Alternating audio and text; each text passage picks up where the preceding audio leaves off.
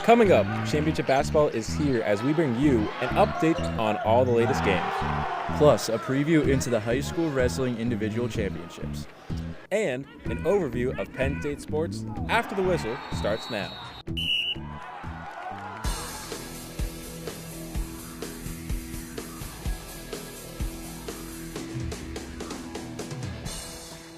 Hello and welcome to After the Whistle. Our crew traveled all over District 6 to bring you the latest on the basketball championships and more. Live from University Park, I'm Ethan Brinzer. And I'm Alec Brown. We have the latest update on high school wrestling, individual championships, and high school hockey.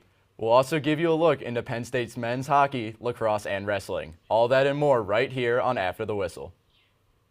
The Central Cambria Red Devils, sitting at 9-9 in conference play, traveled to Bishop Guilfoyle to take on the Marauders, who were undefeated in conference play. The action starts immediately with BG's Jake Kissel getting the steal and driving down the court. But just when he thought he had it, he fumbles the ball but recovers the rock, then tries to find a teammate. He sends it out to Torian Consiglio, who nails the three-pointer. Bang! Central Cambria responds back with a steal of their own. Braden Swope takes it down the court and puts up the shot, but it's no good. A struggle, but Swope gets it back, passes the ball out to JD Browse, hitting the three-pointer right here, lefty and all. Great hustle right there. The Red Devils leading the Marauders at the half, 31-25. A back-and-forth game, BG back at it. It's Nick Ford who puts up his own tray ball, nothing but net. There's a lot of threes this game. Central Cambria now trying to make some magic happen. It's Brady Schneider fighting through defenders. You see the push-off right there. Gets a little bit of room there and gets the score for the Red Devils. But their efforts wouldn't be enough as the Marauders sailed to the victory, 69-52. With the loss, Central Cambria's playoff dreams have been extinguished, while the win brings Bishop Guilfoyle one step closer to the title. The game was close until BG took off. Annika Wagner has the story. Thanks, Alec. Playoff basketball has no shortage of theatrics, and this game was no different. Let's take a look. This game had everything. Lead changes, emotions, and a standout player. This match was nothing short of a show. Bishop Guilfoyle entered the game on a 15-game win streak. The Marauders lived up to the hype and won 69-52. But this game was far from a blowout. At the half, Central Cambria controlled the game 31-25. The Red Devils had BG's number starting out the second half, but the Marauders refused to quit. At halftime, I had a little talk with the boys. We feel that this is the scariest game of the year. You lose, your season's over. So at halftime, it's like you got 16 minutes left of the season. That's all you're guaranteed. We challenged their competitiveness, we challenged their fire, and they responded like champs. In the third quarter, junior wing Torian Consiglio took matters into his own hands and scored 11 points to propel Bishop Guilfoyle into the lead. Just as the Red Devils seemed to be running away with it, Marauders' Torian Consiglio helped turn his team around for the comeback victory. Consiglio ended his dominant performance with 29 points on the night. With the win, Bishop Guilfoyle looked to their next performance against a familiar foe, Penn Cambria. In this game will likely be a gritty match. Big rival, to be honest with you, and we just want to kill him. Can the Marauders fend off the Panthers? Let's see. Ethan, now back to you. We saw this rivalry in the fall on the gridiron, and we are seeing it again now on the hardwood. It's the Penn Cambria Panthers versus the Bishop Guilfoyle Marauders. In the first quarter, Gavin Harold hits Caden Gibbon, who goes up and off the glass for the nice layup right here. Later, it's the Marauders working out at Torian Consiglio, and nothing but net for his only three of the night. Corner three. The Panthers answer that three with one from Brandon Ravish right in front of the dog pound, making it 12-8, BG leading. Right over the defender, too. Later on, Hamilton Gates with the soft hands for two and the nice layup. A little bit of contact as well. Under 3 left in the fourth quarter, Ravish with the hook pass to Gibbons, and he goes reverse for the layup and get the Panthers within 6. Nick Ford responds with a dagger triple for the Marauders. That would be the final nail in Penn Cambria's coffin as Bishop Guilfoyle emerged from the game victorious. Bishop Guilfoyle looks to their next game this Friday for the 3A championship title, where they will face Forest Hills. The Mifflin County Huskies and State College Little Lions meet for the District 6A Boys Championship on Friday at Bald Area High School. State College wins the tip-off and would start the game off hot as they got it down to Charlie Yarts, who starts a big night with that right post hook there. Nice big man move right there. Mifflin County's Josh Hatzler takes the pass and Euro steps to the rim for 2. What a beautiful move right there. It's Yarts once again showing his dominance, missing the layup, but getting it right back and putting it back in Angel Reese style. State College continues their great play as Reed Melvin throws it down to Ty Salazar after a steal to get the easy 2. At the end of the third, it's Jack Curry from long range on that half-court buzzer beater, just like that. State College closes it out as Manny Elliott passes it to Melvin, who drives and adds the score for the lead. Curry would try to add 3 more, but was unable to, as the Little Lions win the championship 44-40. Mifflin County falls to 10-13 as their season comes to an end. However, State College moves to 10-12 and awaits their matchup in the next round of the playoffs. The State College Little Lions and Altoona Mountain Lions meet Friday night for the District 6 6A Girls Basketball Championship at Bald Eagle Area High School. State College wins the tip and we are underway. Lane Wilt spins off the defender and makes the fadeaway jumper to start off the game. Not only wearing 24 like Kobe, she looks just like it right there. 100%. Jessica Hallbreaker gets the steal and takes it down the court for the easy layup. Wilt again sizing up the defender and making a spinning fadeaway for 2. A little bit of deja vu. Altoona led by 1 after the first half. Brianna Hudson gets the steal and takes it all the way down the court for another 2. Altoona continues to dominate as Milana Iyer gets the block and the Mountain Lions are off to the races. Hudson makes the layup and adds on another 2. Altoona grabs the ball to end the game and runs out the clock to win the championship. The Mountain Lions defeat the Little Lions 41-37 to win the District 6 6A title. The Altoona moves to 23-2 and awaits their next opponent. State College falls to 18-5 as their season comes to a close. The Williamsburg Pirates set sail for Bishop Guilfoyle to face the Marauders in the second round of the District 6 2A playoffs. The Marauders won the game between these two back in December. We get right into the action where the Pirates grab the rebound, leading to Leanna Royer pulling up from beyond the arc. You'll see it right here with the defender in her face to knock down the early 3. That's Curry range right there. Indeed. But BG would fight back, swinging the ball out to Morgan Ruggery, who sinks a 3 here in the corner to give the Marauders some momentum. We then jump to the second half, where another missed shot, BG's Amberlyn Petreka, would send the ball out of the gym with this massive block. This came in Mutombo. No, no, no. You could hear that all the way from here. Then it's Ruggery doing the dirty work as she would get this late layup to seal the victory in front of a blizzard of Marauders students. The Marauders would go on to win 61-45 and advance to the district championship game. Bishop Guilfoyle moves to 24-2 and plays Bishop Carroll tonight, and Williamsburg falls to 20-5 and plays St. Joseph for 3rd place tomorrow night. The Bishop Guilfoyle girls are about to take on Bishop Carroll at Mount Aloysius College. Let's throw it to our reporter Eric Morris, who is at the championship game. Thanks, Ethan. Welcome inside the Convocation Center here at Mount Aloysius College, where the fans are still filing in for this big-time matchup here tonight. It's the 1A District 6 Girls Basketball Championship with the reigning state champion Bishop Guilfoyle Marauders as they're set to take on the Bishop Carroll Huskies. The teams are out on the floor right now. One important thing to note from the highlights you just saw with Bishop Guilfoyle and Williamsburg, freshman standout Leanna Williams went down early in that game. She's out warming up tonight with a knee brace on her right knee. She looks good to go tonight, would probably give me some buckets if I was out there trying to defend her. It's important to note as well that right after this matchup, St. Joseph's Catholic Academy from State College will be taking the floor. Their tip-off is set for 7:30, but this matchup that we're talking about right now, we're just 18 minutes away from tip, so get ready. We'll have the highlights for you next week on After the Whistle, but for now, we're going to send it back to the studio. Back to you guys, Ethan and Alec. Coming up, we look into what's next for high school wrestling. Until then, here's a look into some of the other brackets in high school basketball.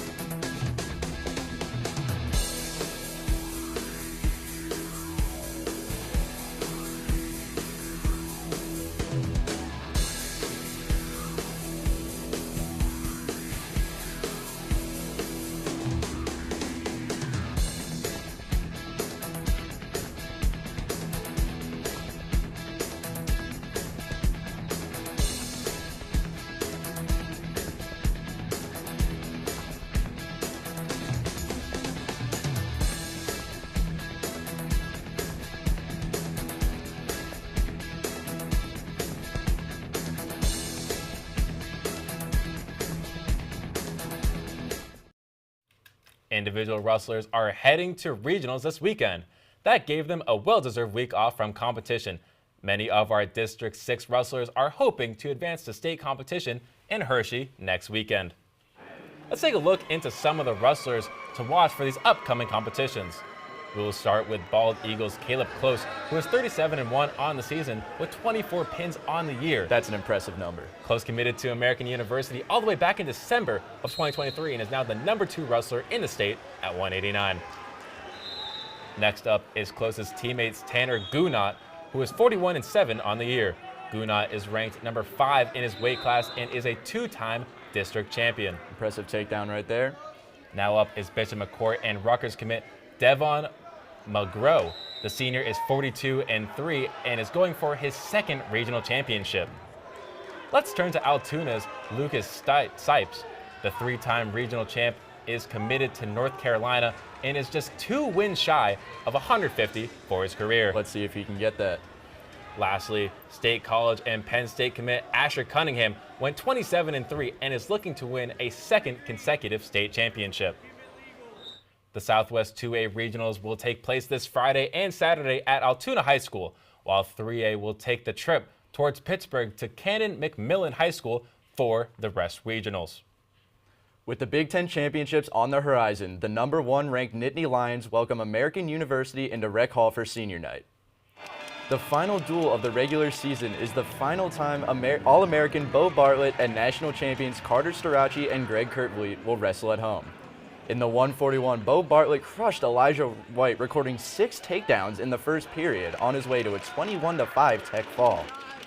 At 184, Carter Starace made Lucas White flop like a fish, getting the 4-point near fall, and he will eventually get the pin. It's like he has nowhere to go.